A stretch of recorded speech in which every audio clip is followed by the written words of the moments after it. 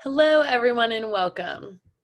I recently watched KU Theater's performance Measure for Measure, directed by Gabriel Vega Weisman and written by Shakespeare.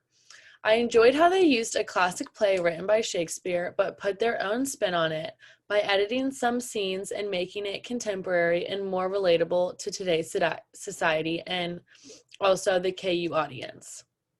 To begin, I will examine the world of the play. It takes place in Vienna, Kansas, which is a spin-off of the original production, but that makes the audience at KU more relatable.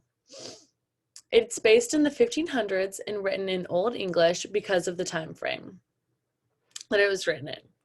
During this time in real life, women were not considered equal to men, so the men have most of the power in the production. An example of this is when Angelo tells Isabella that if she is intimate with him, then he will save Claudio. And when Isabella refuses and threatens to tell everyone, he reminds her that he holds the power over her and no one will believe her over him because he is the one that's in charge. The mood is very serious throughout the whole performance, and the lighting is mostly dark and gloomy. All of the actors' tones of voices were very stern, and there was not much of laughter or smiles during the performance. The thing that changes during this performance is Angelo's shift of power.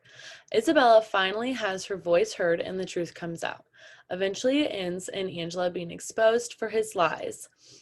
All of these factors play into the subtext and message that is being portrayed.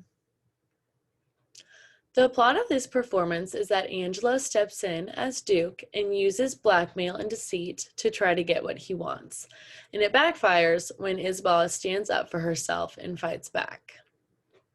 One of the cultural and political themes written within the script is the concept of white male power. In the script, Angelo believes he can break laws and get away with it because he is a white male that is in charge, and he is more credible than a woman.